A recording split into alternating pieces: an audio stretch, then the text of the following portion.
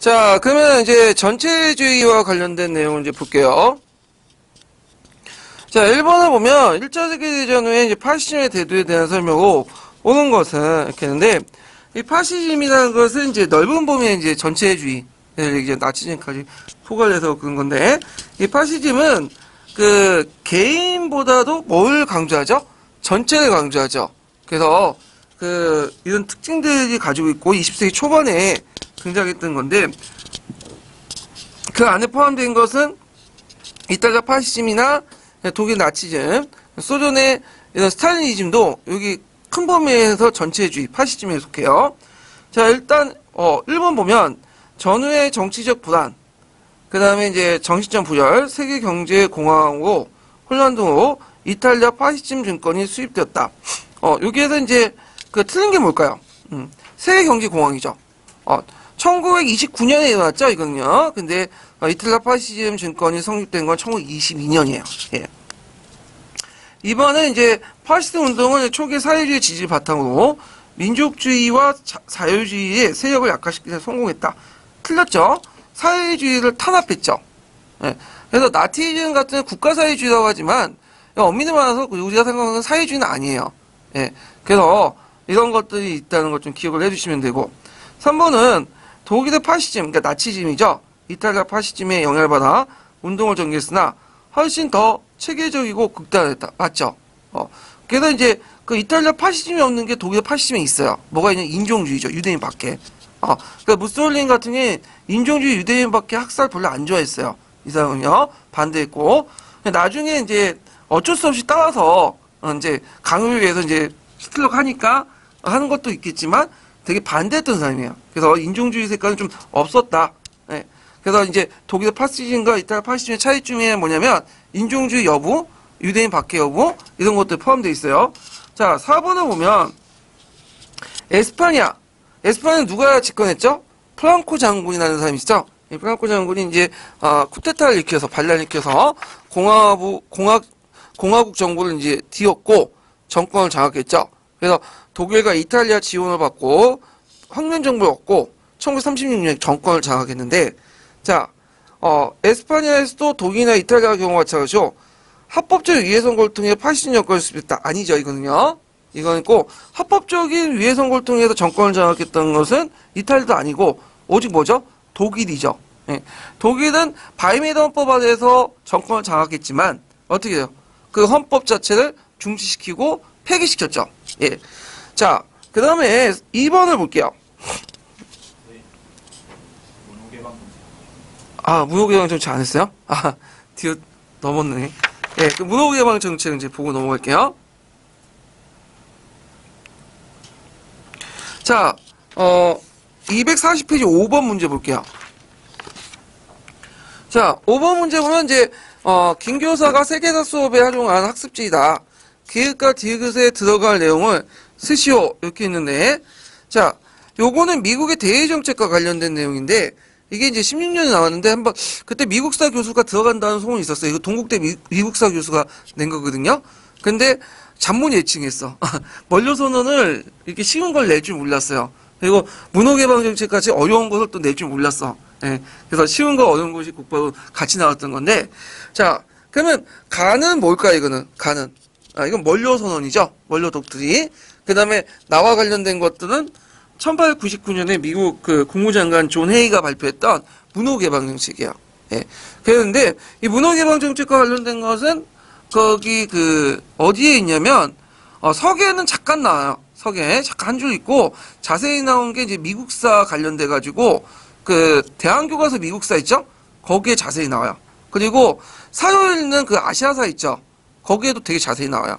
그래갖고, 요거 이제 좀 볼 필요 있는데, 자, 가는 이제 미국사 관련된 내용인데, 거기 미국 관련돼갖고 이제 보면, 이 원료선언의 명칭을 쓰는 거죠. 이건 뭐 어렵지 않죠. 그럼 목적은 뭘까요? 중남미에서 유럽의 간섭 배제와 그 지역에 미국의 영향 강화가 목적이야. 그래서 이렇게 쓰시면 돼요. 그래서 이 원료선언은 그 당시 이제 이런 것도 있다는 것 좀 기억을 해두시면 되고요. 나중에 원료선언이 좀 뭐냐면 제국주의 정책의 어떤 바탕이 됐죠. 그래서 이제 그 당시 시오드 루즈벨트라는 사람이 있어요. 우리나라 역사와 또 관련된 사람이죠. 그래갖고 그다음 헐버트가 그 고종의 친서를 가지고 와가지고 좀 도와달라고 하는데 냉철하게 거절한 사람이잖아. 친일주의자들인데 친일파인데 하여튼 이제 그 사람이 그 유럽 대신 미국이 아메리카 국가를 간섭해서 보호해준다 이런 식으로 제의해갖고 일종의 남미 제국주의 정책을 추구했던 사람이 이 사람이거든요. 하여튼 그래가지고 이제 아까 말하는 파나마 운항 장악할 때도 이런 논리를 제시하고 했어요. 병행된 그 뭐냐면 그 당시 이제 멀려주니까 그래갖고 자 그 다음에 이제 디귿의 목적을 쓰셔. 문호개방 정책의 목적을 쓰라고 하는 건데 문호개방 정책은 이제 배경을 보면요. 그 미국이 미서 전쟁 이후에 스페인으로부터 뭘 양도받아요? 필리핀 양도받죠. 그리고 이제 중국에 진출하려고 해. 이걸 기반으로. 근데 문제는 미국이 후발주자잖아요.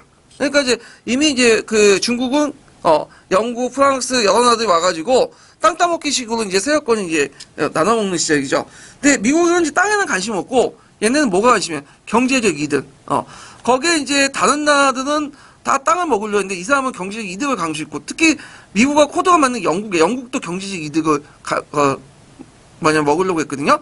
그래서 얘네들이 합작을 해갖고 영토 보전 이런 것들을 내걸자 했는데 미국이 처음에 거부했다가 나중에 이제 미국 단독을 밀어붙여가지고 공포한 게 문호개방 정책이야. 예. 그래서 그 문호개방 정책 그 내용들 좀 기억을 해두시면 되고요. 그래서 문호개방 정책의 주 내용이 뭐예요? 이것은 이제 통상의 기획운동, 그리고 중국의 영토 보전, 산업적 권리를 목적으로 하고 있고요. 그래서 이 문호개방 정책을 통해서 이제 그 미국이 일방적으로 이건 선언한 건데 이것이 국제적으로 인정받기 시작한 것은 언제 때냐면 1921년에 개최된 워싱턴 회의죠. 이 워싱턴 회의 때 문호개방 정책이 국제적으로 인정받게 돼요. 예, 요거 기억을 해두세요. 예, 그래서 우리가 이제 중국의 땅을 먹는 게 아니라 중국 시장 가서 공정한 그 플레이로 해가지고 공정한 시장을 형성을 해서 뭔가 페어플레이 정신으로 해서 사업적 이득을 챙기자 이런 것들이 문호개방 정책이에요. 자, 그래서 이제 그 디귿의 목적은 이제 뭐라고 쓰셔야 되냐면 그 중국의 이권 탈취에 뒤늦게 뛰어든 미국이 통상의 기획운동과 중국의 영토 보존을 내세워 상업적 권리를 획득할 목적으로 했다. 그다음 그 외에도 뭐 중국의 분할 위기 해소 및 극동의 세력 경쟁에 뒤진 자국의 입장을 만회해 보려고 했다. 이렇게 쓰시면 돼요. 그래서 미국은 상대적으로 제국주의 정책을 했지만 그 토지 획득은 별로 관심이 없어. 땅은 영토 획득은. 근데 미국이 착해서 그런 건 아니고 다 이유가 있죠. 그 당시 미국은 땅이 너무 많아. 그래서 더 이상 그 개척할 땅이 필요 없었던 것도 있어요. 예. 그래서 미국도 뭐 그 푸에르토리코가 요번에 보호령에서 미국 그 본토로 이렇게 편입하려고 했는데 미국 트럼프 대통령이 뭐예요? 거부했죠. 예. 괜히 들어오면 우리 세금 낭비한다고. 예. 미국이 제일 중요한 게 돈이니까 영토보다는. 그래서 미국은 좀 식민지 정책에서 식민지라고 좀 웃기지만 식민지를 얻으려고 하진 않았어요. 뭐냐면 경제적 이익을 주로 추구했던 나라이기 때문에 이런 것들이 보이는데 자, 그 다음에 뒤에 넘어가서 아까 이제 전체주의 풀어봤죠? 1번은 2번으로 들어가 볼게요. 자, 2번은 1925년에서 26년에 발간한 정치지도의 저수 중에 일부다. 다음 빈칸 가에 들어갈 종족의 이름을 쓰고 이 정치 지도자가 국민의 압도적인 지지를 받게 된 경제적 배경을 세 가지 쓰시오. 이렇게 했는데 자, 여기에서 이제 자연은 강자와 약자의 짝짓기를 원하지 않는다. 자연은 열등한 인종과 우월한 인종의 짝짓기는 더더욱 원하지 않는다. 여기 쭉 있는데 여기에서 이제 가에 들어갈 것은 뭘까요? 아리안 민족이죠. 이 사람은 이제 철저히 인종주의자예요. 인종주의자로서 계급을 인종을 나눴죠. 그래서 게르만 민족 중에서 제일 우수한 민족을 뭐라고 해요? 아리안 민족이라고 해. 아리안 민족은 키가 185cm 이상이고 그다음 눈이 파란 눈이고 갈색 금색 그 머리를 가지고 있고 예, 만약 그 이목구비가 뚜렷한 그 인물을 아리안 민족의 우수한 민족이라고 하는데 그 히틀러는 그게 맞지가 않죠. 170대 초반이다가 갈색 눈동자에다가 어디에서 듣보잡 같은 얼굴로 이렇게 했는데 전혀 자기가 맞지가 않아요. 근데 하여튼 이게 아리안 민족을 되게 강조했고 그 다음에 이제 좀 게르만 민족 그 다음에 여기까지는 같이 공존을 해야 돼. 그 다음에 그 밑에 있는 민족이 뭐예요? 라틴족. 그 다음에 그 밑에 있는 게 슬라브 그 다음에 또 뭐냐면 집시, 그 다음 유대인들. 그러니까 슬라브들은 노예로 삼아야 돼. 근데 그 밑에 있는 집시하고 유대인들은 뭐야? 다 척결 대상이죠. 예. 그래갖고 이 사람의 게르만, 아리안 민족의 어떤 영토를 확대시켜서 생활공을 확대시켜서 누구 땅을 뺏어는가? 슬라브 땅을 뺏어다가 생활공을 확대시켜야 된다. 그래서 이 사람 말로만 끝난 게 아니죠. 뭐죠? 직접 전쟁까지 해갖고 러시아하고 싸웠잖아, 소련하고. 예. 그래서 예, 말과 행동이 딱 일치하는 사람인데, 그래서 여기에 들어갈 민족은 아리안 민족이에요. 그러니까 어떤 분은 게르만 민족이라고 적어놨. 게르만 민족 아니에요. 게르만 민족 중에서 순수하게 피가 섞이지 않는 민족을 아리안이라고 지칭했어요. 그래서 아리안 민족 이렇게 보시면 되고, 그래서 이 사람이 되게 책을 좋아했어요. 은근히 이 사람이 보면 개인적으로 상당히 뭐냐면 좋은 사람이야. 그러니까 이 사람이 되게 도덕적으로 청결한 사람이거든요. 그래서 자기가 이 사람 결혼 안 한 거 아시죠? 저도 결혼 안 했는데 이 사람도 결혼 안 했어. 나이 먹도록. 그래갖고 다만 이제 예첩이 하나 있었어. 첩이 있어. 첩이라고 보다는 여자친구인데 에반 브라운이라는 그 여자친구가 있었거든. 자기보다 나이가 한 20세 어린 여자친구인데 얘만 좋아했어. 다른 여자 보지도 않았어. 그래서 결국에 자살할 때 그 에반 브라운 같이 자살했잖아요. 예. 그래서 상당히 뭐냐면 여자로서는 상당히 뭐냐면 그 좋은 남자야. 친절하고.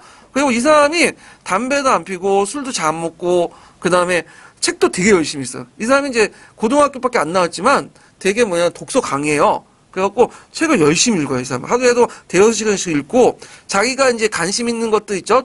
줄친 것, 구절들을 다 줄을 쳐놔. 줄을 쳐놓고 자기가 책 쓸 때 거기다 적어놓고 나이 투쟁 했을 때. 그래서 독서 강의기도 했어요. 예.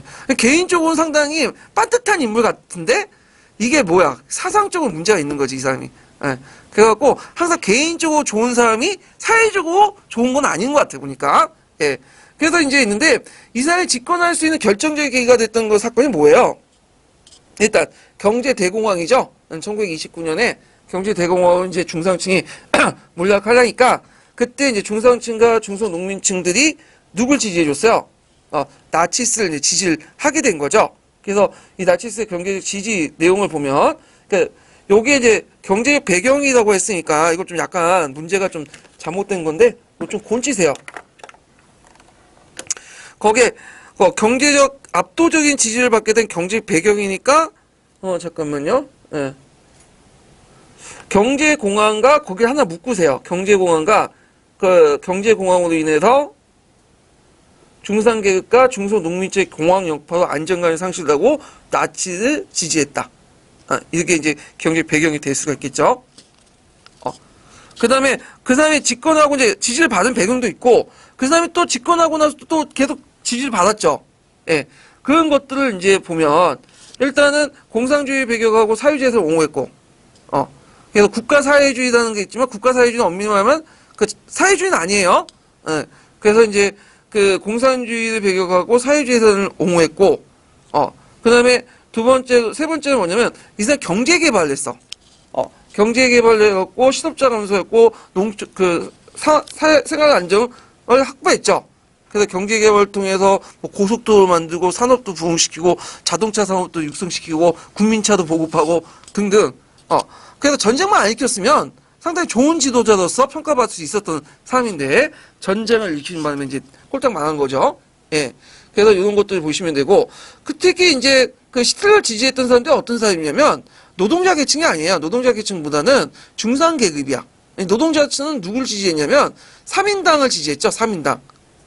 그다음 보수 세력들은 이제 상위층들은 뭐 자유당, 뭐 중앙당 이런 것들하고, 근데 중산계급들은 자기 지지 정당이 없는 거야. 기댈 데가 없는 거야. 근데 그것을 누가 나치스가 나타나면서 중산계급이 지지를 받은 거야. 특히 중산계급은 사회주의자도 싫지만 자본주의자도 싫어요. 그래서 사회주의자들의 요구 반사회주의를 내세우면서 또 얘네들이 반자본가적 요소를 또 내세우거든요. 예. 근데 이제 물론 이제 나중에 자기가 이제 세력이 확대되면서 자본가 또 손을 잡지만, 하여튼 중상층들의 어떤 그 욕구를 뭐냐면 적절하게 잘 파악을 해갖고 그에 맞는 정책과 리서비스를 잘했던 사람이 누구냐? 히틀러예요. 그 연설을 되게 잘했잖아요, 이 사람이. 그래갖고 이제 라디오 같은 걸 통해서 대중 연설을 하고, 예. 그래서 이 사람이 집권을 하게 됐다. 이런 것들 좀 기억을 해두시면 돼요. 그래서 이제 그 바이메르 체제는 상당히 민주적인 체제였지만 그 바이메르를 운영했던 그 안에 있던 독일 국민은 그 당시 상당히 권위적이었던 체제에서 살았기 때문에 민주주의가 상당히 낯설었고 주어진 자유를 자기가 만끽하지 못하고 항상 불안했어, 이 자유 때문에. 그래서 이 자유를 누구한테 떠넘긴 거죠? 버리고 누구한테 위탁한 거야? 히틀러한테 위탁한 거죠. 자신의 권리를 다 히틀러한테 줘버리고. 그래서 이제 망치게 2차 세계는 터지고 그러게 되는데, 예. 자, 그래서 이제 에리 프리라는 사람이 유명한 책을 썼죠. 자유로부터 도피라는 그 책 아세요? 집단 심리학, 사회 심리학에서 에리 프룸이라는 사람이 있는데 자유로부터 도피가 있어. 자유가 주어지지만 그 자유를 만끽하지 못하고 오히려 불안해가지고 그걸 도피해서 누구한테 간 거야? 히틀러한테 간 거야. 그래서 이제 이는 독일 중상층들의 심리를 잘 묘사한 책이거든요. 그 책이 교육학에 나와요. 예, 교육심리 부분에서. 자, 그래서 이제 이런 내용들 좀 기억을 해두시면 되고, 자, 그 다음에 뒤에 넘어가서 3번 문제 볼게요. 3번. 자, 3번은 이제 11년 문제인데 되게 좀 어려워요, 이거는. 어려운데 잘만 읽어보면 그냥 맞출 수 있는 부분이야. 예. 자, 이거는 반유대주의 정책과 관련된 거죠. 예. 그래서 이제, 미추친 이대에 대한 서술로 옳지 않은 것은, 자, 중세 유럽의 기독교 세계에서는 이들은 기독교에 적대한 자, 제의적 살인자, 의문의 독을 타는 자, 성체를 모독한 자, 세계 지배를 독려한 자, 고디대금자로 모사되었다. 누굴까요, 이들은? 유대인이죠. 유대인. 그래서 이제, 중세 시대부터 반유대주의가 학생인데, 그 기원이 되는 게 이제 예수가 누구한테 죽었죠? 유대인한테 죽었잖아. 유대인들한테. 왜냐, 예수가 나중에 이제 유대인들 고발해갖고 죽인 거 아니에요. 예. 그래서 원래 빌라도가 원래는 죽이려고 하지 않았는데, 그 유대인들이 와서 바리새인이 와갖고 뭐야. 얘 죽이지 않으면 얘 반역자이기 때문에 로마 황제로부터 공격을 받는다. 처벌받는다니까 어쩔 수 없이 죽인 거잖아. 근데 웃긴 건 또 예수님도 휘줄로 따지면 누구야? 유대인이잖아요? 예. 하여튼, 유대인에 대한 그 뭐냐면 사고방식 별로 중세시대 안 좋았어. 그래서 십자군 전쟁 때 어떤 일이 나냐면 그 십자군 전쟁 때 유대인들이 뭐 그 안에 우물에 독을 탄다 이런 식으로 해가지고 어떻게 되죠? 유대인들 대규모 학살하는 그런 사건도 있었고, 그 다음 유대인들이 주로 고지대금업자로 이제 일을 하는데, 왜 고지대금업자로 일을 할 수밖에 없는 게, 유대인들은 토지를 못 가져요, 법으로. 그렇기 때문에 그들이 먹고 살 수 있는 게 뭐예요? 고지대금업자들이야. 왜냐면 중세시대 때 그거 가지고 이제 먹고 살 수밖에 없었던 건데, 그것 때문에 또 요거도 먹고, 그래서 여러 가지 요거도 먹는 거야. 그래서 그 당시에 히틀러도 그 영향을 받았어요, 반유대주의. 특히 이제 히틀러는 그 독일 사람이 아니죠. 그 원래 따지면 어디에 태어났어요? 오스트리아 태어났던 사람이에요. 빈 부근에 살았던 사람인데 빈에서 이제 살다가 거기가 반유대주의 성향이 강하거든요. 그래서 이제 이 사람이 원래 미술학교 들어가려고 그 빈에 올라갔어요. 그래서 이제 미술학교 이제 부모님 일찍 죽고 그 미술학교에 들어가고 이제 그 들어가려고 이제 노동 생활하면서 했는데 몇 번 떨어진 거야. 그래서 이제 자기가 열심히 그린 그림을 그 옆에 있는 옆방 사람이 훔쳐가지고 도망갔어. 그래가지고 그 옆방 사람이 누구냐? 유대인이야. 유대인의 적개심이 상당히 분노를 취소를 했겠죠. 나중에 그 도망간 사람이 도둑질 해가지고 자기 그림 훔쳐가는 나중에 잡아가지고 처형시켰어. 그만큼 상당히 분노가 있었던. 근데 만약에 그때 미술학교 합격했으면 완전히 세계 역사가 뭐야? 달라졌겠죠. 예. 자, 하여튼 유대인에 대한 대결이 뭐냐면 안 좋은 게 있었다 인식이. 심지어는 그 마르틴 루터 같은 사람도 뭐라고 얘기하냐면 그 유대인과 그들의 거짓말에 대해서 상대방 유대인은 때려 죽여야 할 놈들이다. 그래서 유대인들은 이제 뭐냐면 막 그 뭐라고 얘기하냐면 그 유대인은 해당을 불태워지며 불태워진 것들은 먼지에 뒤덮인 걸 다 찍어내갖고 찌꺼기와 돌멩이조차 보이지 않게 해야 된다. 그 루터도 좀 약간 다혈질인 것 같아. 농민들한테 그랬잖아. 말 안 듣는 놈은 두들겨 패야 된다고. 예. 그래서 약간 이렇게 그 트럼프식의 합법을 구사를 잘 하는 사람이에요, 이 사람이. 그러니까 우리가 루터 하면 상당히 고미하고 막 이상적이고 막 똑똑한 것 같지만 말빨 보면 완전 트럼프식 합법 있죠. 지금 김정은식 합법. 예.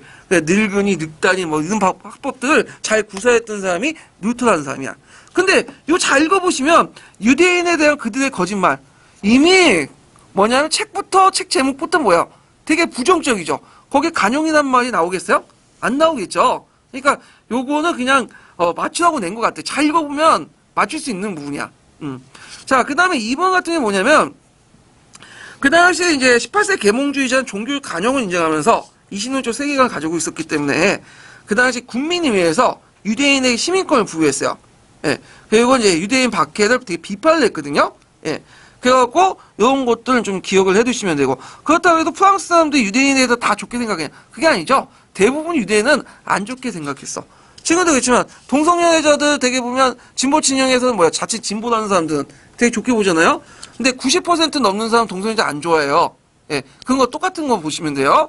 결국에는 이 반유대주의 경향이 무슨 사건으로 포출된 거예요? 드레푸시 사건으로 포출된 거죠. 자, 그 다음에 이제 3번은 그 러시아에도 유대인이 별로 안 좋겠는데 그래서 이제 포그램에 갖고 유대인의 조직적 학살 사건이 났어요.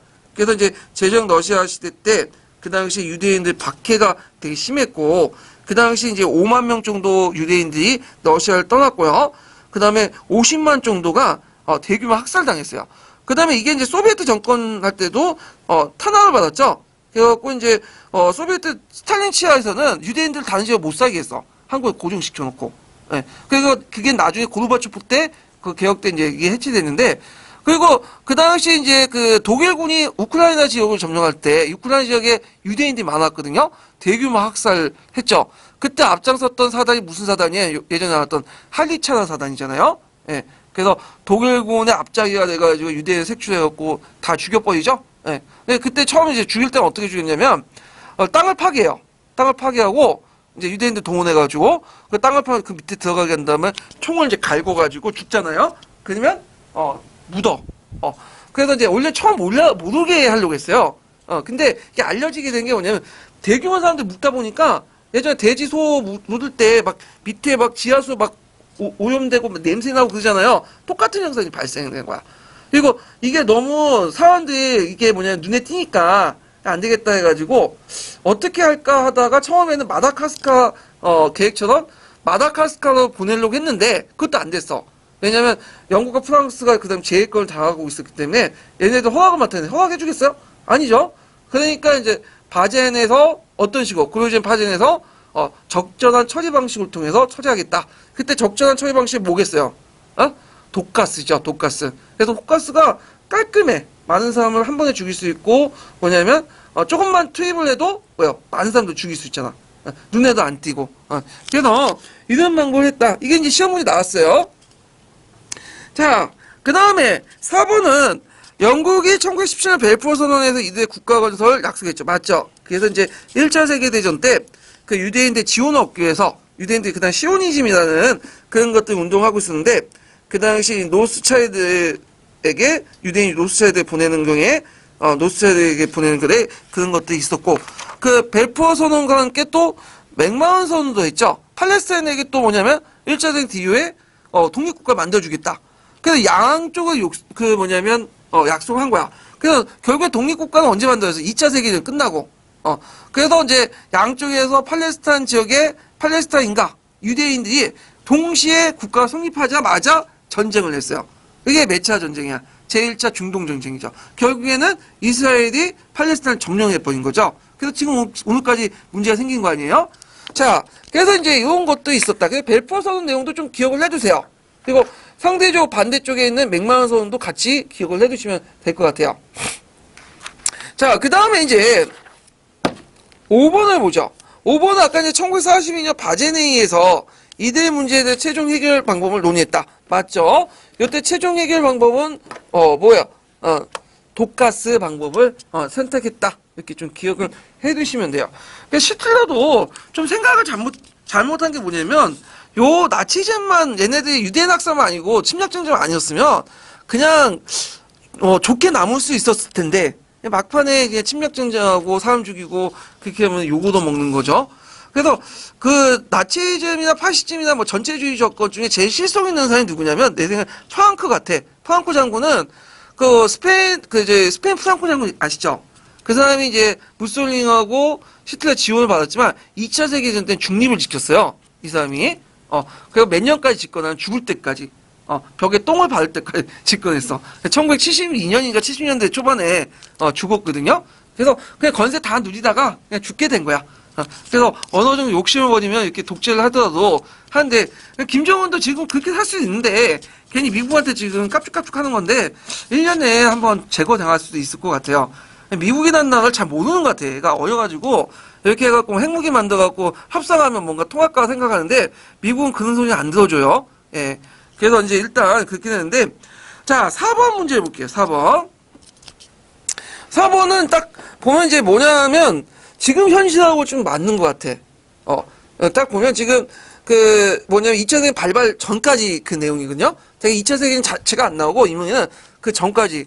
그러니까 이제 폴란드 침공 전까지 뭐 오스트리아 그 다음에 수텐텐 이런 데 점령했잖아요. 이런 가정들, 무해에 대한 가정들이 이제 나오는데, 자, 다음 지도를 보고 2차 세계대전 때 발발된 계기가 된 도시 가와 그 다음 미군침 나의 지역을 쓰고 보기를 모두 이용하여 1938년 39년 사이에 2차 세계 발발 과정을 쓰시오. 그러니까 2차 세계대전을 쓰는 게 아니라 1938년 39년 사이에 가정을 쓰는 거야. 2차 세계 몇 년에 났죠? 1939년에서 9월 1일 일어났죠. 단서를 나왔죠. 그래서 유화 전체, 무해네단, 폴란드단, 동서 불가침주화 이런 것들을 이제 했는데, 자, 그러면 요걸 한번 이어보면 가지역은 어딜까요? 단진이죠. 예. 원래 이 단진 지역은 그 독일 땅이에요. 그래서 여기 보시면 이제 동프루시아라는 땅 있죠. 동프라이센. 그래서 여길 연결시켜주는 한 군데. 근데 베르사유 조약 결과 이 단진을 누구한테 관리하겠냐면 국제연맹이 관리하는 자유시로 만든 거야. 아무 그 뭐냐면 국가 소속 없이. 근데 실질적으로 누가 장악했냐면 폴란드가 장악을 했어요. 예. 그래서 이제 단진이 있고, 나는 어떤 지역일까요? 슈텐덴이죠. 네. 슈텐덴은 이제 그 체코슬로바키아의 지역이지만 거기에 있는 90%가 뭐냐면 독일이냐. 그래서 이제 있었고, 자, 2차 세계대전 발발 과정을 보면요. 일단 순서가 1938년에 오스트리아 합병을 시켰죠. 오스트리아의 이제 낙이 이제 정권을 장악하면서 합병을 했고, 참고 오스트리아는 누구의 고향이죠? 히틀러의 고향이죠. 그 다음에 체코슬로바키아 수텐트를 요구를 하죠. 체코슬로바키아에. 그래서 슈텐트를 왜 요구했냐면 이 지역은 누구 땅이기 때문에, 여긴 독일 땅, 독일이 많이 살기 때문에. 그래갖고 이제 그때 영국과 프랑스는 고민을 했어. 이거 어떻게 할 것이냐. 근데 그 당시 영국과 프랑스의 그 지도자들은 전쟁을 원하지 않았어요. 평화를 원했어. 그래갖고 그 시틀레 무슨 정책을 했냐면 유화 정책을 했죠. 예. 그 유화 정책을 해가지고, 그러면 그 무해네단 개최해갖고 그 당시 이제 세계 각국의 지도자를 불러놓고 체코슬로바키아 지도자를 불러놓고 이제 압박을 한 거예요. 대통령한테. 너 땅 그냥 줘라. 그냥 요 땅 어차피 여기 독일 땅이기 때문에 독일 민족 많기 때문에 통치하기도 어렵지 않냐. 그러니까 요것만 주면 체코슬로바키아 독립을 유지하겠다. 이렇게 약속을 해놓고 도장을 서로 찍고 뭐냐면 했는데, 이 슈텐텐만 점령한 게 아니라 여기 뭐야? 저걸 점령하자마자 체코슬로바키아를 다 점령시켜버렸죠. 원래 체코슬로바키아, 체코공화국과 슬로바키아 이렇게 두 개 지역이 있거든요. 체코를 점령하고 슬로바키아를 위성국가를 만들어버린 거야. 그래서 지금 보니까 막 평화 외치고 그러시는데, 이게 뭐, 전쟁을 이렇게 히틀러 같은 사람들이 등장하면, 이게 상대방이 이게 합리적이면 많이 통하거든요? 비합리적인 사람들은 그 예전에 박정희가 얘기한 것처럼 뭐냐면, 걔는 몽둥이 두들겨 패야 된다고, 미친 걔는. 두들겨 패야 돼요. 그래서 만약에 그때 영국과 프랑스가 유화 정책이 아니라 히틀러가 좀 강력하게 나갔으면, 물론 전쟁은 일어났겠지만, 그 당시에 아직 히틀러가 체제를 완비하지 않았기 때문에, 적어도, 지금처럼 큰 대전은 발생하지 않고 한 10만 명, 20만 명 죽고 끝날 수 있거든요? 그리고 이제 히틀러도 겁을 먹을 수 있잖아요, 그때. 예.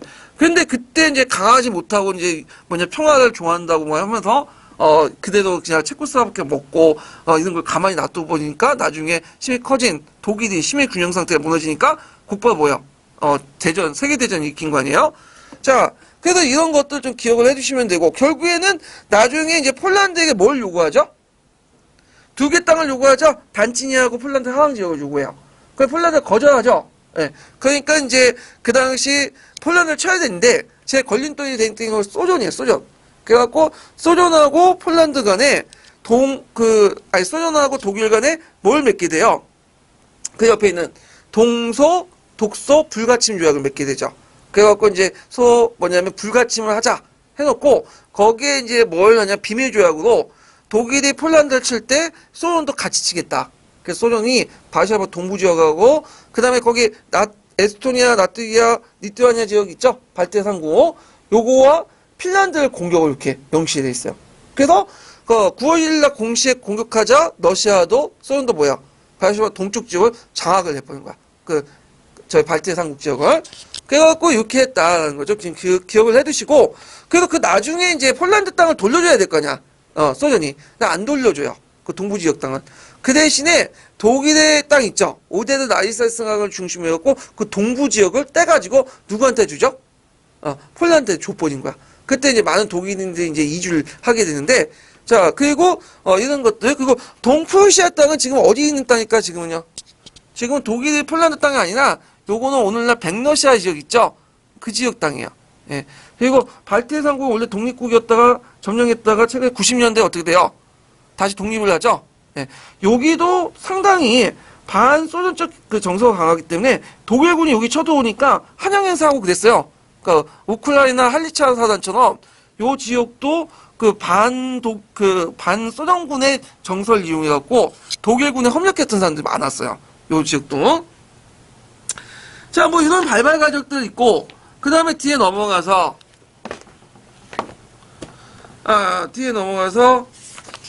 5번을 볼게요. 5번.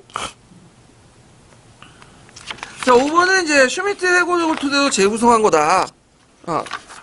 그 밑줄친 내용을 독일 정부를 움직임을 두 가지 쓰시오.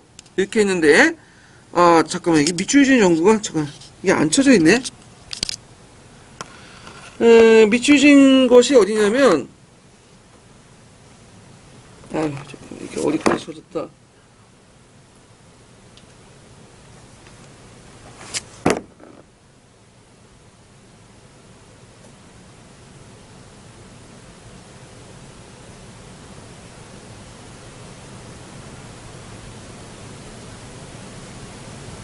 이게 아마 그 밑줄친 게 그 슈미트의 발언 중에 1938년 3월 독일 오스트리아병 전쟁에 사망을 올렸다고 발언해. 여기까지인가? 직전까지 이렇게 쳐진 것 같은데요?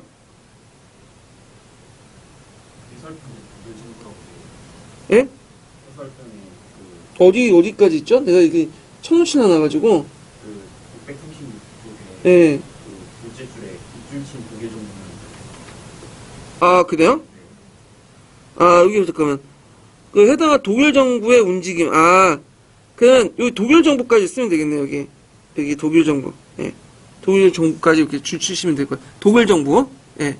그래서 골 치시면 되고, 좀 쳐주세요. 여기 독일 정부가. 제가 다음 판에 이거 쳐줘야겠다. 예. 자, 그러면 이제 보면 요게 이제 이 사항들 지금 인터뷰 사항들은 뭐냐면 1939년 9월 1일 폴란드 침공 전까지 영국과 프랑스에 대한 뭐 최후 통보를 했는데 요 내용들을 쭉 적어 놓은 거예요. 그러니까 2차 세계대전 발발해서 가정이 하는 게 아니라 발발 전 폴란드 침공까지 요거 내용인데, 자, 여기에서 독일 정부의 움직임. 그러면 아마도 1938년 3월에 독일의 오스트리아 합병으로 전쟁의 서막을 올렸다고 봐야 될 것입니다. 그 후 2차 세계 발발 직전까지, 여기면 어디에서 오스트리아 합병 이후와 2차 세계는 전까지죠. 그 내용. 그러면 요 사이에 뭐가 있었냐? 스텐텐 그 지방을 요구하는 사건이 있었죠. 스텐텐 지방. 그래서 1838년에 9월달 독일, 이탈리아, 영국, 프랑스 정부가 무해회담에서 그걸 해갖고 스텐텐을 떼줬는데, 스텐텐을 먹은 게 아니잖아요. 체코슬로바키아까지 먹게 되죠. 예. 그래서 거기에 이제 군사적 행동에서 이제 잠깐만요. 여기 보면 이제 외교적 노력과 이제 군사적 행동을 같이 써야 되겠는데, 여기에 외교적 노력하고 군사적 행동 있죠. 여기에서 뒤에 독일 정부의 외교적 노력과 군사적 행동은 군사적 행동 뭐 써야 되겠어요? 요게 체코슬로바키아 전체 점령을 써야 되겠고, 그 당시 외교적 노력은 슈텐데 지방을 요구했고, 그 다음에 단친이와 자유시 폴란드 해방을 요구했고, 그 다음에 또 뭘 요구했죠? 뭘 체결했죠? 독도 불가침 조약을 체결했다. 이렇게 쓰시면 되겠죠? 이렇게. 그래서 군사적인 행동은 체코슬로바키아 전체 점령. 이렇게 좀 쓰시면 될 것 같아요. 그래서 요건데, 요것도 전에 있었던 거하고 뭐야, 문제. 그냥 대화 형식을 곤쳐가지고 문제 낸 거죠. 예. 그래서 2차 세계대전 자체보다는 그 직전에 있었던 거 있죠. 그 오스트리아 합병, 그 다음에 무엔회담, 그 다음에 이제 단지 자유시 폴란드 요구, 독소 불가침 조약, 이런 독소 불가침 조약, 이런 것들이 냈다. 그래서 최근에 이제 지금 하는 행동 보니까 유화 정책 관련된 그 베르린 구상, 이런 것들과 연관시키고 낼 수도 있을 것 같긴 한데, 상황이 지금 비슷하게 돌아가잖아. 지금 치킨 게임이잖아, 지금요.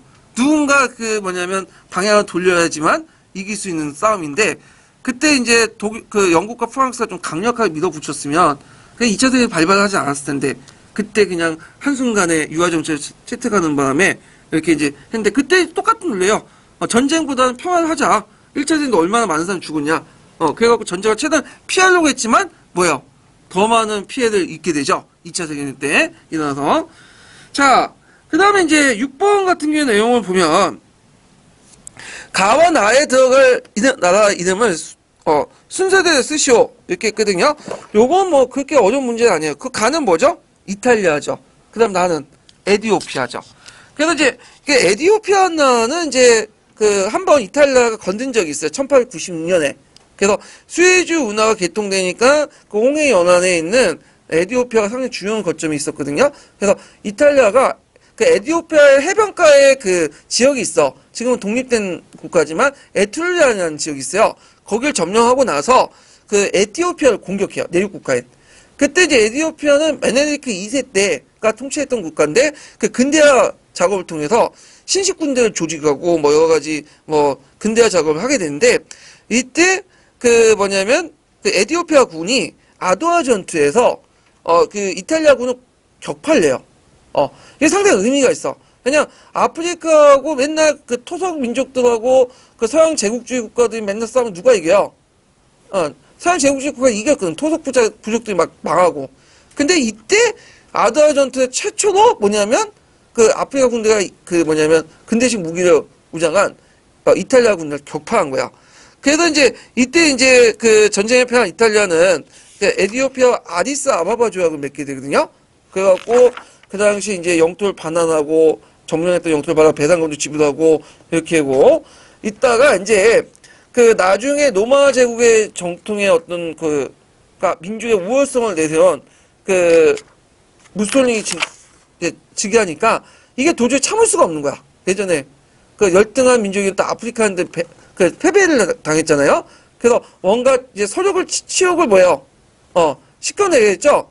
그래서 이제 뭐냐면 그 당시 국제 정세에 보니까 그 당시 이제 일본과 독일의 국제혁명을 탈퇴하고 히틀러가 베르사유 조약 무시해버리고 이제 재무장하고 했는데도 불구하고 국제혁명이나 강대국이 그냥 보고만 있었거든. 그러니까 오늘날 좀 비난과 규탄만 한 거야. 그리고 이제 이걸 보니까 나도 한번 에티오피아 침공해도 국제혁명이나 강대국들이 뭐라고 하지 않겠다 생각하고 뭐냐면 에티오피아를 공격을 해갖고 점령을 한 거죠. 그래서 이제 그 에티오피아를 완전히 점령을 해버렸어요. 그래서 그때 이제 병합을 하고 그리고 나서 이탈리아가 침공하니까 똑같이 예전에 독일과 일본이 한테 비난과 규탄을 한 것처럼 비난과 규탄하고 경제 제재를 해요. 지금도 비슷하죠. 근데 경제 제재가 실효성이 없어. 겉보기야. 그냥 왜냐면 거기에 주요 내용이 수에즈 운하 같은 거 있죠. 수에즈 운하가 이탈리아 군대와 무기를 수송하는데 개방됐고 거기다 지금도 뭐 중국이 석유 계속 원유 넣잖아요. 북한에 석유는 제일 빠졌어. 이게 제일 중요한 건데. 왜냐 석유가 없으면 원유가 없으면 어떻게 돼요? 무기도 운영 못하고 산업도 못하고 그러니까 쏟아질 수밖에 없는 거잖아. 제일 중요한 건데 이건 빠졌다. 자, 그리고 나중에 이제 그 이탈리아가 이제 에티오피아가 이제 한동안 점령하겠다 이탈리아한테. 나중에 이제 그 2차 이탈리아 에티오피아 전쟁이 발발해요. 그래갖고 결국에는 5년 뒤에 1941년에 영국과 에티오피아 연합군이 다시 여기를 에티오피아를 다시 수복을 해. 그래서 회복하게 되죠. 예, 이런 과정을 이제 겪게 됐다는 걸 좀 기억을 해두시고 거기에 이제 들어갈 것이 뭐냐면 그 이탈리아가 있고, 그 다음에 에티오피아 쓰면 되겠죠. 가 이탈리아, 나 에티오피아. 그래서 이제 있고, 그래서 아마 다음에 관련된 문제 나오면 그 1차 그 앞에 있었던 그 메네니크 2세하고 그다음 이탈리아 간의 싸움 있죠. 그 내용들 아디스 아바바 조약이나 아두아 전투나 이것 좀 외워두세요. 메네니크 2세 정책도 외워두시고, 왜냐면 그 교과서 나와 있어요. 그 부분이. 그 다음에 이제 또 뒤에 이제 그때 그 이탈리아군이 이제 이런 정책들을 했을 때 그거에 대한 그 국제 연맹의 대응 방식 이런 것도 지금 비슷비슷하게 흘러가고 있잖아요. 예. 그래서 나올 수가 있어. 예. 그래서 이런 것들 이제 연결시켜서 좀 보시면 될 것 같아요. 자, 그 다음에 7번 문제 볼게요. 7번.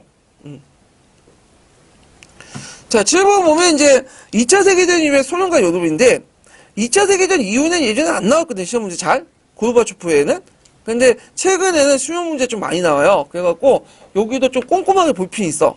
그래서 이제 소련 외교 정책과 미국의 외교 정책 부분 중심으로 해갖고 한번 봐야 되는데, 자, 문제를 풀어보면요. 다음은 이제 동서냉전의 장기적 진행 과정을 보여준다.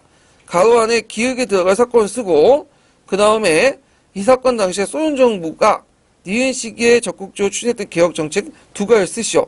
그리고 D 시기에 중면과 밀접해 연결된 서독의 대외정책 명칭과 그 내용을 쓰시오. 이렇게 했는데, 자, 일단 기억 사건을 볼게요. 자, 기억은 1962년에 일어난 건데, 1962년에 무슨 사건이 있었어? 쿠바 사태가 있었죠. 쿠바 봉쇄, 쿠바 소련 미사일 기지인데, 이때 핵정쟁 위기까지 갔다가 중단된 거잖아. 그때에서 이제 미국과 소련이 이제 이래서는 안 되겠다 해갖고 핵 감축을 하게 되는 거야. 그래서 여러 가지 실업 금지 조약, 핵무기 확산 방지 조약 배내는데, 그래서 핵실험 금지 조약에서는 주요 내용이 뭐냐면, 예전에는 핵실험할 때 지상에도 폭발하고 대기권에도 폭발시키고 태평양 상공에서 폭발시키고 그랬거든요. 근데 이게 여러 가지 환경오염이나 이런 문제가 발생하니까 모든 걸 금지시키고 오직 지하 핵실험만 허용가 돼 있는데, 지하 핵실험도 뭐냐면 나중에 금지시켜요. 모든 핵실험을 다 금지시키죠. 그리고 이제 그 1980년인가 그때 중국에서 한번 핵실험하고 지하 핵실험하고 파키스탄인가 그 인도에서 각각 한 번 한 다음에 6번 핵실험한 다음에 한동안 거의 한 10몇 년 동안 핵실험이 없었다가 지금 북한이 지금 계속 2000년대 초반부터 계속 핵실험하고 있는데, 자, 그 다음에 이제 핵무기 확산 조약을 이제 NPT라고 많이 들어봤죠? 그래서 기존에 핵무기를 가지고 있는 5개 국가 외에는 핵을 못 갖도록 하죠. 물론 이것도 약간 불평등한 게 있어. 그래서 요번에 유엔 연설 보니까 미국은 핵을 갖고 있는데 왜 우리는 못 갖고 있냐 그런 소리 하는데, 논리적으로 맞긴 맞아요.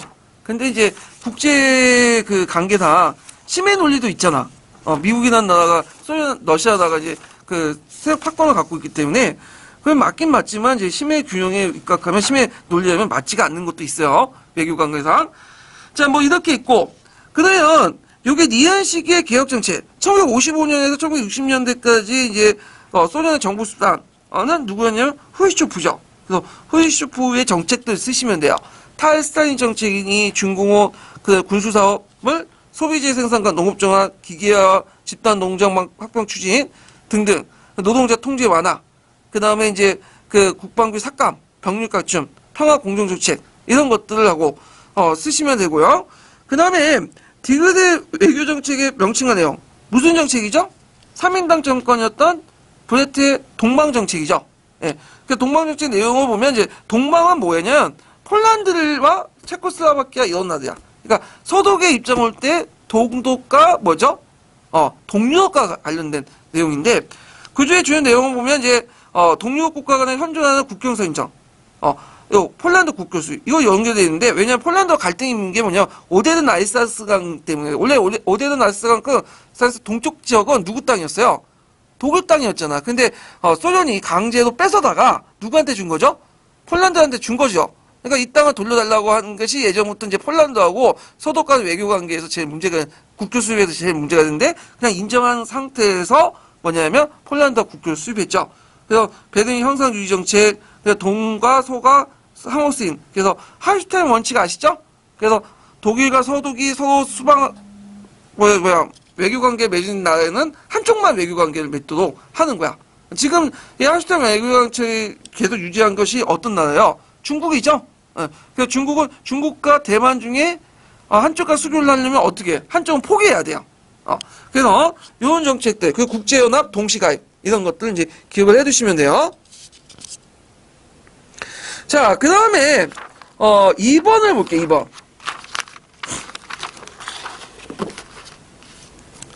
자, 2번은 이제 고르바초프가 제청한 페레스트로이카와 글라스노스트의 정책 배경을 쓰고 배경은 1970년대 후반이요. 소련의 벌미 형상에 찾을 수 있다. 보기에도 이와 같은 것을 골라놓은 놓은 것은 이런 것들인데, 자, 일단 페레스트로이카와 그다음 글라스노스트 개혁 좀 기억을 해두셔야겠죠. 그래서 고르바초프는 인간의 얼굴로 한 사회주의를 내세웠어요. 그러니까 물론 인간의 얼굴 사회주의가 고르바초프가 처음 하는 건 아니지만 그 체코에서 처음 만든 거죠. 프라하 봄 때. 근데 그걸 본받아서 그걸 내세웠고, 글라스노스는 뭐예요? 개방 정책. 페레스트로이카는 개혁 정책을 냈었죠. 그래서 페레스트로이카는 경제개혁의 국내 시장 경제 원리를 도입하고 대외적인 자본주의 국가와 적극적인 교류를 했고요. 현장 관리자의 결정과 책임을 증가시켜서 국가 관리 어떤 공장의 생산력을 증대시켰고 등등 이런 걸 쓰시면 되겠고, 글라스노스트는 언론 표현의 자유 인정, 반체제 박해 중지, 유태인의 이주 자유. 유태인 이주 자유가 나온 게 원래 스탈린 시대도 이주를 금지시켰거든요. 예, 등등을 이제 했고요. 그래서 글라스노스트와 그 다음에 페레스트로이카의 내용들, 구체적인 내용들 외워두세요. 예. 자, 그러면 이와 관련된 그 뭐냐면 그것을 골라 묶은 것은 여기 보면 일단은 체제의 폐쇄성과 관료주의의 병폐 때문에 이런 정책들을 했죠. 예, 그래서 이런 것들 기억을 해두시면 되고, 자, 니은은 폭력에 의한 공업화 추진, 강압적인 집단농자 학대. 어떤 거죠? 스탈린이죠. 예, 스탈린은 그 공업주의 정책을 펼쳤어요. 그래서 모든 토지들 이제 다 집단화시키죠. 강제로. 그리고 집단화시키고 그 다음에 그 잉여 노동력을 공업에 투입을 해요. 그리고 그 공업에 필요한 공장 시설 이런 걸 마련하기 위해서 집단화시켜서 얻은 잉여 농산물 있죠? 잉여 농산물 값싸게 누구한테 갖다 팔아. 서해도면 미국에 갖다 팔아. 그 얻은 돈 가지고 공장을 돌리는 거야. 그러니까 이건 농업을 희생시켜서 공업을 이렇게 발전시키는 전략인데, 그 과정에서 많은 농민들이 자기 땅 뺏기고, 값싸게 정부한테 농산물 뜯기고, 또 강제로 도시 이주하고, 그런 여러 가지 병폐가 있었고, 그 과정에서 거의 한 200만 명 정도 죽게 돼요. 많은 사람들이 또 처형당하고. 스탈린 하면 항상 생각은 뭐야? 공포 정치죠? 이 사람은 마음에 안 들면 그냥 지도새도 모르게 죽여버리죠. 그래서 지금 푸틴이 좀 약간 그런 경향이 좀 있어요. 자기 마음에 안 들면 그냥 독살시키고 그러는데, 공식적으로 부인을 하지 뭐. 예. 자, 그런 것도 있고. 자, 그 다음에 3번을 보면, 자, 다음 절 가를 가능했던 고르바초프의 두 가지 정책 이론과 내용을 쓰고, 결과적으로 나가 실현됐던 걸 보았던 것으로 볼 수 있는 사건 두 가지를 쓰시오. 그래서 이제 고르바초프의 개혁 정책이 쭉 있는데, 그 고르바초프의 개혁 정책이 동유럽의 민주화 바람을 불러일으키죠. 그래서 그 당시 정책 보면, 가를 보면 1989년 5월에 헝가리 국경이 개방되면서 10월 말까지 약 3만 명이 동독의 서방 세계가 빠져나갔어요. 왜냐면 이제 이게 1989년이 제가 중학교 3학년 때 얘기인데, 그때 이제 그 뉴스거리가 뭐냐면 이제 동독에서 민주화 흐름이 일어났어요. 그래서 데모하고 그랬거든요. 베르린 국경선 개방해라 요구도 하고. 동독은 북한하고 다르죠. 동독은 오랫동안 서독하고 개방을 하고 있었고, 인적 물자 교류도 하고 있었어. 그리고 동독은 서독의 방송을 다 볼 수 있었어요. 그래서 어떻게 국제 정세가 흘러가는지 다 알아, 얘네들도. 그리고 생활 수준도 높고. 그래서 어느 정도 의식이 깨있고 생활 수준이 높을 때 혁명이 나는 거지. 지금 북한처럼 이제 아무것도 깜깜이 하고 잘 모르고 국민들이 무지하고, 그 다음에 이제 억눌리고 생활 수준이 낮을 땐 혁명이 안 일어나요. 하여튼 얘네들이 막 와가지고 막 데모하고 하니까 정부가 탄압만 했거든. 그러니까 이제 그 당시 헝가리 정부가 국경선 개방을 했어요. 이게 왜 의미가 있냐면, 동독 시민들이 그 헝가리를 통해서 많이 후가를 가거든요. 여기는 독립지이기 때문에 같은. 그러니까 이 사람들이 서쪽은 못 넘어가니까 베르린 장벽 못 넘어가니까 헝가리를 통해서 건너가지고 개방됐으니까 서독으로 넘어간 거야. 그러니까 많은 이제 동독인들이 막 서부로 가니까 국가가 유지가 안 되는 거야. 네. 그러니까 어쩔 수 없이 뭐냐면 항복을 든 거죠. 손을 들고 결국에는 평화적인 방법으로 병합을 해본 거야. 예. 그래서 이런 식으로 해갖고 동독과 서독이 뭐냐면 통합을 되고 그 과정에서 이제 베르린 장벽이 무너지죠. 이렇게 그래가지고 무너지게 됐다. 이렇게 좀 기억을 해주시면 되고요. 자, 그 다음에 여기에서 이제 고르바초프는 보다 유연하게 대처했고 동독 정부에 촉구했고 그는 기자회견에서 너무 늦게 깨달은 사람들은 역사의 심판을 받게 돼요. 이거는 베르린 장벽 관련된 내용을 쓰시면 돼요. 베르린 장벽과 독일 통일 이렇게 이제 쓰시면 되고 메르켈 총리 아시죠? 메르켈 총리요. 그분 지금 독일 총리 있죠? 그분이 동독 사람이에요. 원래는 네, 동독 사람인데 그때 이제 베르린 장벽이 무너질 때 뭐 했냐는 질문했는데 기자가 사우나 갔다고 하더라고요. 사우나 가서 이제 목욕하고 있었다고 그러는데 하여튼 뭐 그때 있는데 하여튼 동독하고 북한 좀 다르니까 네, 그런 것들은 좀 기억을 해두시면 되고요.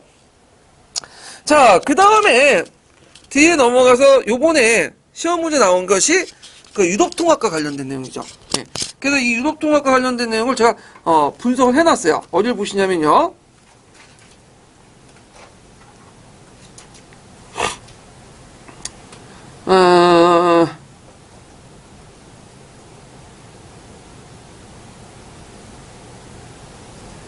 어디 보시냐. 자, 14년, 17년 기출분석반 있죠? 여기 들어가 보시면, 이게 몇 번 문제냐면, 5번 문제, 유럽통합 과정. 보이시죠? 네. 거기 뭐 파리조약, 합법조약, 합병조약, 단일규정서, 마스트조약 등등 있는데, 요 하나하나가 또 뭐냐, 다 중요한 문제예요. 네. 그래갖고 이제 보는데, 자, 4번을 보면, 자, 다음은 유럽 통합의 단계적 진행 과정이다.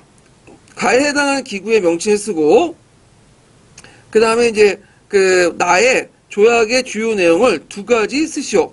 그리고 다시기 때에 새롭게 추진한 경제 통합 정책을 1가지 쓰시오. 이렇게 있거든요. 자, 여기에서 이제 가 기구의 명칭, 이렇게 있는데, 가 기구의 명칭을 뭐라고 써야 될까? 유럽 석탄 철강 공동체 이렇게 쓰시면 돼요. 이게 유럽 석탄 철강 공동체가 맺어진 게 1951년이야. 그래서 원래 유럽 석탄 철강 공동체 전신이 뭐냐면 슈만 계획이라는 게 있어요. 슈만 계획이라는 사람이 외무장관 학자인데 이 사람이 이제 프랑스와 독일이 각각 이제 철강하고 그 다음에 석탄을 많이 생산하거든요. 그러니까 이제 프랑스는 철강을 많이 사고 저기 독일은 석탄을 많이 해. 그러니까 둘 다 필요해. 그러니까 서로 교환해갖고 쓰면 어떻게 해요? 되게 좋겠죠. 그래서 둘이 이제 조약을 맺고 거기에다가 베네스 3국이나 몇 개국이 가입을 해갖고 맺어진 것이 유럽 석탄 철강 공동체예요. 예. 그래서 있고 이게 못하네. 곤충있네.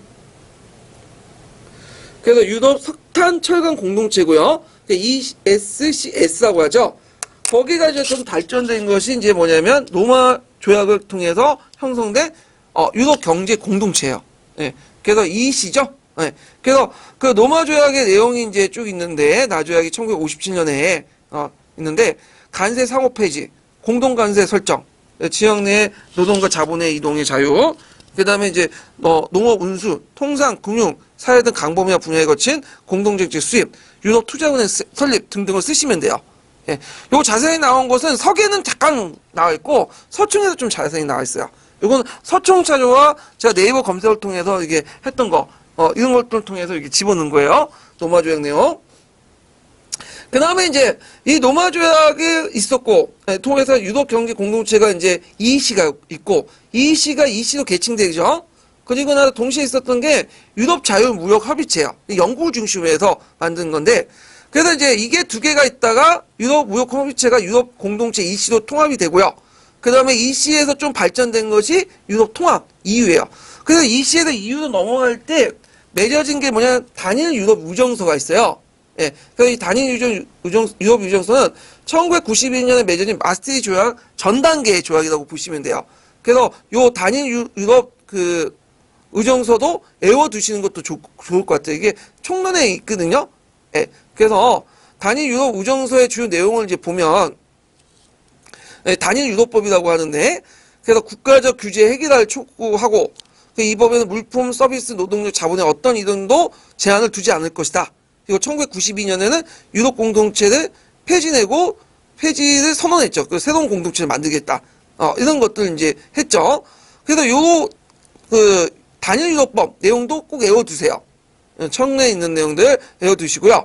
이걸 바탕으로 해서 이제 마스트리히트 조약을 맺고, 결국에는 1999년에 1월 1일 기해서 공동화폐를 사용하죠. 이게 유로죠. 유로. 그래서 근데 모든 나라가 유로 사용했던 건 아니에요. 그 이후에 속했던 나라 중에 영국, 덴마크, 스웨덴은 단일 통화를 사용해요. 영국은 파운드 그대로 사용하고. 예. 근데 이제 최근에 영국이 이제 브렉시트 해가지고 EU에 탈퇴를 해버렸죠. 예. 그래가지고 이제 이런 내용들이 아마 관련돼 갖고 내온 것 같아. 그래서 예전에 한번 서양사 교수 중에 한 분이 그 현대사 전공하는 교수님 요거 내겠다고 예전부터 버르고 있었어요. 그래서 여기 냈는데 이렇게 어렵게 낼 줄 몰랐네. 그래갖고 이게 아마 요번 에도는 안 나올 것 같은데, 예, 한 3, 4년 있다 또 나오겠죠? 예, 이렇게. 그래서 외워두시는 것도 좋고, 그대로는 안 나올 테니까 이제 그 밑에 파리조약, 합병조약, 단일유전서, 마스트리히트 조약 그 내용도 다 외워주시고, 파리조약은 좀 외워두세요. 파리조약은 유럽 서탄 철강 공동체가 설립할 수 있는 계기가 된 조약이에요. 예, 파리조약. 예. 그래서 이제, 요거 이제 좀 기억을 해두시면 될 것 같고요. 그 다음에 이제, 하여튼 이렇게. 자세한 내용은 이제 제가 이 분석 내용을 다 적어놨으니까 참조해 주시면 될 것 같아요. 예. 그래서 이제 이렇게 해서 한번 서양사 내용을 이제, 끝마쳤고, 좀 쉬었다가 총괄평가를 한번 풀어보면서 끝나기도 하죠. 예.